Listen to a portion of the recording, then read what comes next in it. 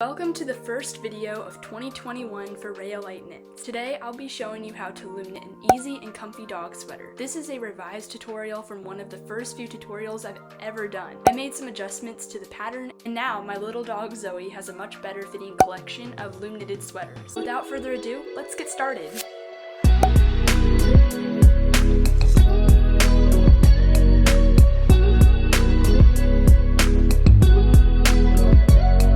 For supplies, you will need a 31 peg round loom and a looming hook. If you have a larger or smaller dog, you can bump up or down a size in looms. Next, you'll need your yarn. I'm using Lion Brand's Woolies Thick and Quick, which is a super bulky number 6. I would suggest using a chunky yarn so you don't have space between your stitches and it keeps your dog warmer. For this project, I used one whole skein with a length of 87 yards, but you might have to adjust depending on the size of your dog. This sweater will fit a standard small dog like mine. Zoe's measurements were 8 inches long from the shoulders to the hips, and her width all the way around was 18 inches. You can go off that if you have trouble with measuring. Then you'll need scissors, a measuring tape, and a crochet hook, which is optional but helpful. Grab your loom and get your yarn out, and it's time to officially get started with this project. Start off by making a slip knot or tying a regular knot to your anchor peg, and I'm working from the neck down, so cast on using the E-wrap, U-wrap combination. You do this by wrapping all the pegs back to front in a circle.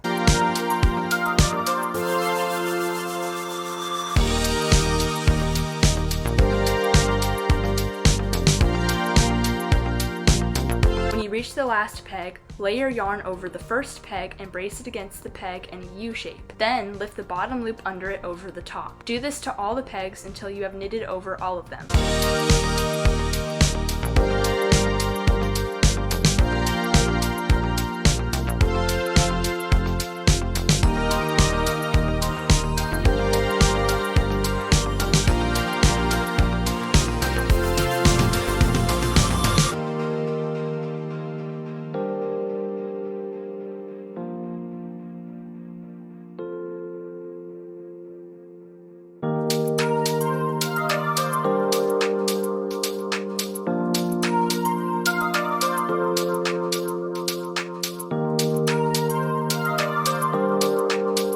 For this entire project, I chose to do a stitch combination. Start by E-wrapping all the pegs for your first row.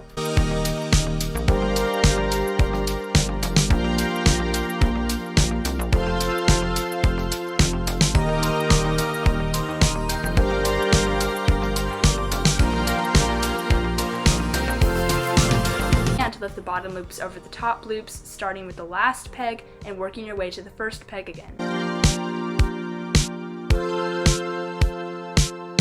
For the second row, purl each peg. A purl is when you insert your hook downwards through the stitch, scoop up the yarn beneath it so that it makes a loop, and pop the original loop off the peg. Then you place the new loop on the peg and tighten it. So basically you're just E-wrapping one row, purling one row, E-wrapping one row, purling one row, and you do this combination to make like this little beehive stitch. And it's kind of close knit, so it makes it better for the dog. So it doesn't have holes and it still keeps that flexibility, in my opinion. You can use whatever stitches you'd like, but this one turned out to be the best one for me because it's not as tight, but it's not too loose either. Keep doing this until you have about 6 inches in length, and this completely depends on your preference for the sweater as well. My preference is I like to fold back the fabric to make like a little cuff, but some people don't like that, so you can make a shorter neck area, like maybe 3 inches instead of 6. It all really depends. I would say that you do a longer neck area, like 6 inches, just because you want to have a little bit more give on the sweater. If you don't have that give, the leg holes are going to start pulling on the neck area and your dog might be able to slip out of the sweater or get stuck. So go ahead and get your 6 inches done, and I'll meet you back here when you're finished. When you have completed your neck area, it's time to make the front leg holes. This can be tricky for people who are still learning how to use the loom, but I've simplified it as much as possible. By the way, if you need tape or stitch markers, it helps to have them to keep track of the pegs. Start by switching to a U-wrap knit stitch, which is laying your yarn over the peg, tracing it back in a U, and knitting over the bottom loop. Do this for 4 pegs only.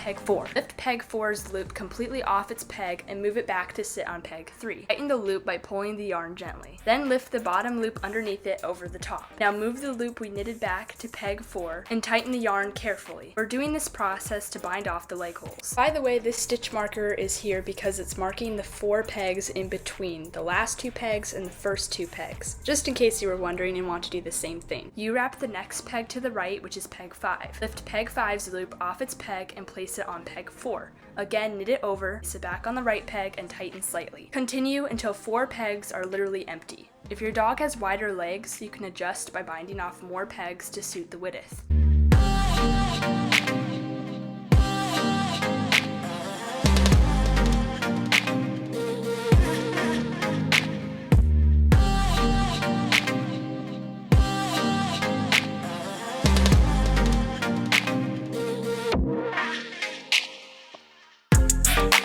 When you've finished, E-wrap over to the other side so we can repeat the same thing.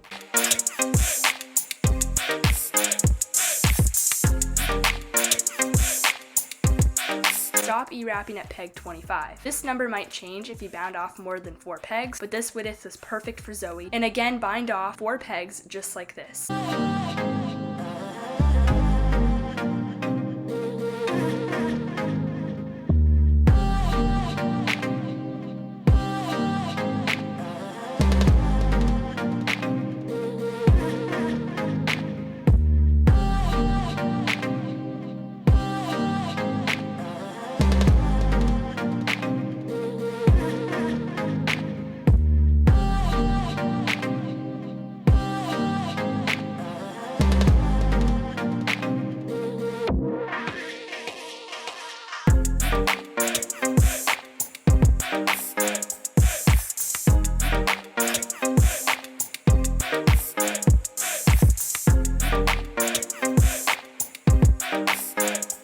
See how we have 4 pegs in the center and 4 pegs empty on each side now? The center pegs will be our underbelly strap that runs between the 2 leg holes and shapes into the bottom of the sweater. Now let's make the strap by only focusing on these 4 pegs with loops for a while. We're going to start working flat, meaning we knit back and forth instead of round in a circle. Skip the first peg in this set and purl peg 2.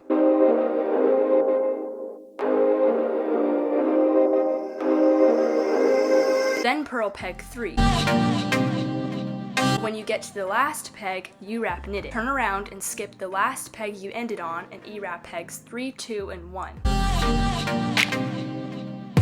Turn around and skip the peg you ended on and purl peg 2 and 3.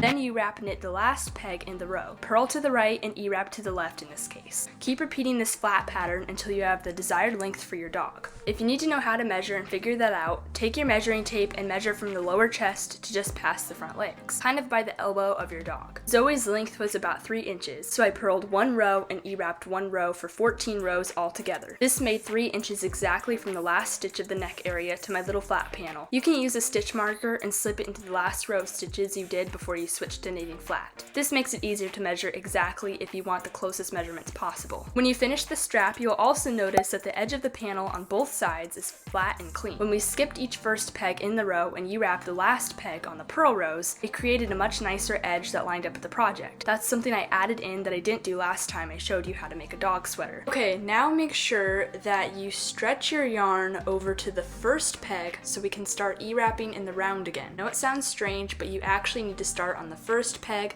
to make this even. Keep E-wrapping all the way around again, including the empty pegs.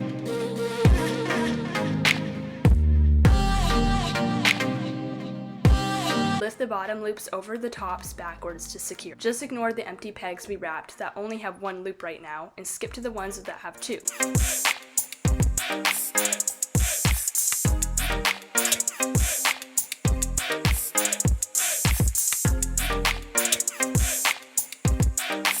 We are back to knitting in the round. So pick up on a purl row and do the same E-wrap/purl stitch combination for the body length of your dog. Remember to measure from the shoulders to the hips on your dog for this length. Zoe measured 8 inches, so I will do 8 inches of E-wrapping and purling. Let's say you have a male dog though. Well, in this case, I will show you how to bind off the stomach area and still make the sweater lawn across the back after. If you want to skip to that part after you have knitted up until the mid-body point, click the timestamp in the description or comment section to jump ahead. Pause the video until you have 8 inches or your desired length finished.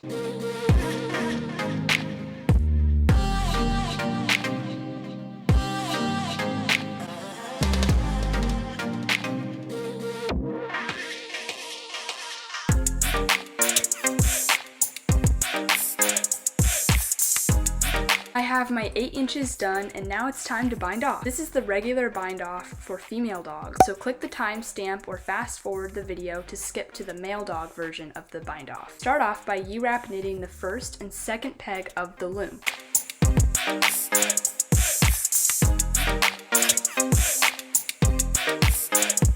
Take peg 2's loop and move it back to sit on peg 1. Lift the bottom loop over the new top loop. Now move peg 1's loop back over to peg 2 and tighten very slightly. We don't want this too tight or it'll be too hard to get the sweater on your dog. Now you have one empty peg just like the leg hole bind off we did. Repeat the same thing for the rest of the pegs, but only U-wrap one time over instead of 2. Bring back the loop to the peg behind it, lift the bottom loop over the top, tighten slightly, and move the loop back over to the right on its original peg. Keep doing this until you have one loop left on the loom.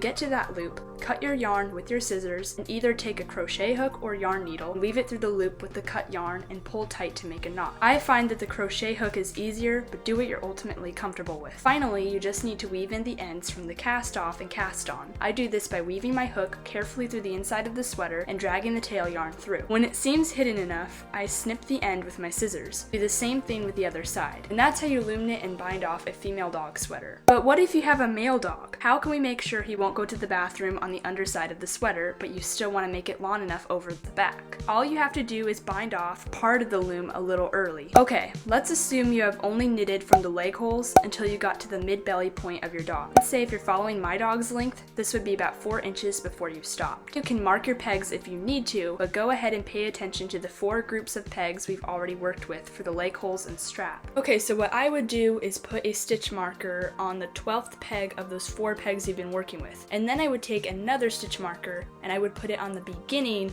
of the 4 pegs you worked with to make the left leg hole, looking at it from the front. So basically you're putting one on peg 1 and one on peg 12 of these 3 sets of 4 pegs. It's 4 times 3. Do that because it'll help you make sure that you don't go over to the other pegs on accident. So now you're going to go to the right as if you're normally knitting, but you're going to stop when you get to your 12th peg of those sets that you've been doing. And then you're going to lift the bottom loops over the top loops just like you're normally E-wrapping. But remember, now you're working flat, so you're not going to keep going around the loom normally. Now that we have those done, what you would do next is you would start binding them off. So lift the outside peg over and place it on the peg to the left, and then you're going to lift the bottom loop over the top loop. Then wrap the next peg over and place it backwards on the peg next to it. Lift the bottom loop over the top loop, lift it over and place it back over to the left, and you're going to keep doing this to the rest of the pegs, just like this. You're working all the way over to the left, and eventually you'll get to that first peg you started with when you were knitting the egg hole. So remember, there's 4 pegs on the left side of the loom, there's 4 pegs in the middle of the loom because you had to make the strap, and then there's 4 pegs to the right of the loom. So 2 leg hole sets of 4 pegs, and the 4 middle pegs that make up the last 2 and the first 2 pegs of the loom are the belly strap pegs. This is assuming that you followed exactly what I did for the width of the legs and everything like that. If you made changes, you're just going to have to adjust according to the changes you made.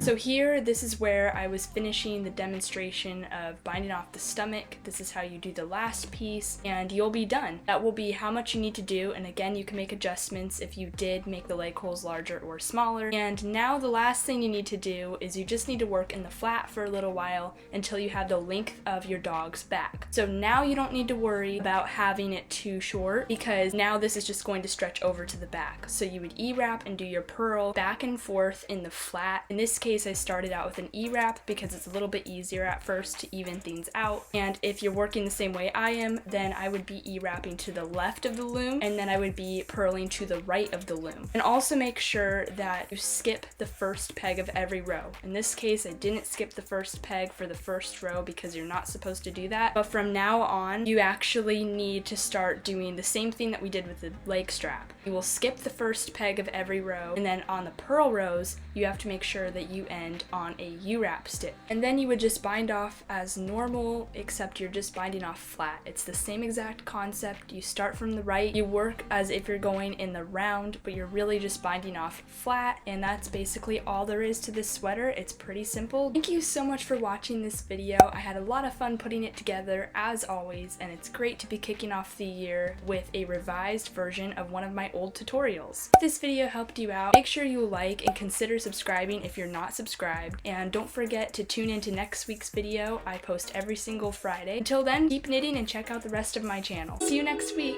Rayalightknits out.